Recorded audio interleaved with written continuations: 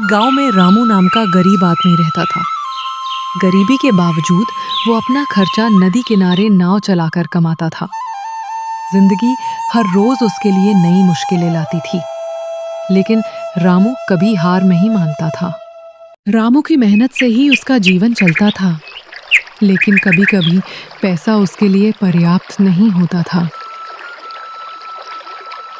क्या हुआ रामू? आजकल तुम बहुत परेशान दिखते हो। हाँ चाचा, माँ घर पर बीमार रहती हैं और यहाँ काम करके घर का खर्चा भी नहीं निकलता। एक दिन रामू की माँ अचानक बहुत बीमार हो गई। रामू परेशान होकर सोचने लगा कि अब माँ का इलाज कैसे करवा पाए। माँ, मैं आपका इलाज कैसे कराऊं? मेरे पास पैसे नहीं हैं। अरे रामू बेटा, कोई बात नहीं। जो भगवान को मंजूर होगा, हमें उसी में खुश रहना पड़ेगा। रामू गांव की पगडंडी से होकर जा रहा था। तभी अचानक रास्ते में उसे सेठ दिखाई दिया। तभी वो देखता है गांव का सेठ एक बड़ी सी गाड़ी में बैठकर अपने घर की ओर जा रहा है। रामू ने सोचा गांव के सेठ जी के पास जाकर थोड़ी मदद मांग ली जाए।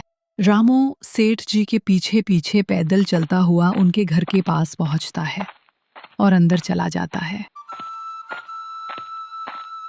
सेठ जी, माँ का इलाज कराने के लिए मुझे थोड़ा पैसा चाहिए। लेकिन सेठ ने कहा, तू और तेरी माँ एक दिन मर जाए तो मेरा कर्जा कौन वापस करेगा?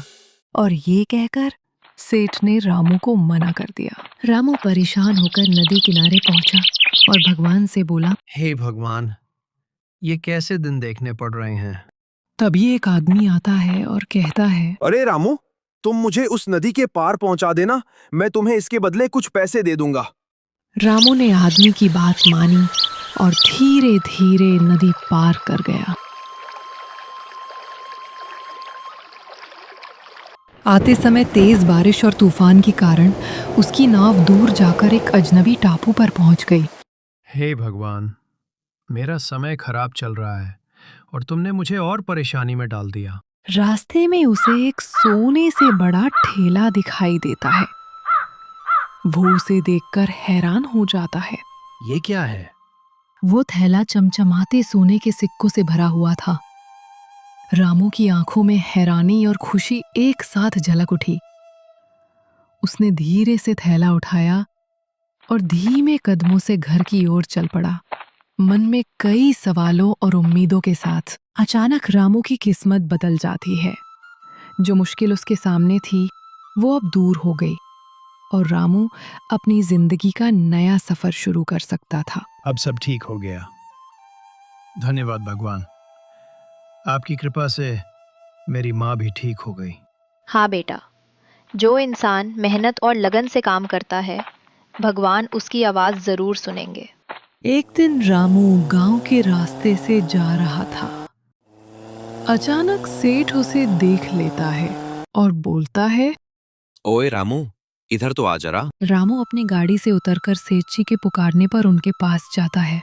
जी सेठ जी, बोलिए। अरे रामू, ये नए कपड़े और गाड़ी तेरे पास कहाँ से आ गई? कहीं तूने किसी की चुरा तो नहीं ली? अरे नहीं सेठ जी, ये तो मेरी मेहनत का फल है। उस दिन मेरी माँ बीमार थी, आपने मेरी मदद करने से मना कर दिया था। याद रखना सेठ जी, कभी भी अपने पैसों पर घमंड नहीं करना चाहिए, क्योंकि किस्मत का कोई भरोसा नहीं, कब किसकी बदल जाए। रामू की बातों से सेठ जी को बहुत पछतावा होता है। अरे रामू, मुझे माफ कर दो। मुझे उस दिन तुम्हारी मदद करनी चाहिए थी। अब से जो भी मेरे पास मदद मांगने आएगा, मैं उसकी मदद जरूर करूंगा। इस कहानी से हमें ये सीख मिलती है कि मेहनत और लगन से किया गया काम कभी असफल नहीं होता। उस काम का फल हमें किसी न किसी रूप में अवश्य मिल ही जाता है।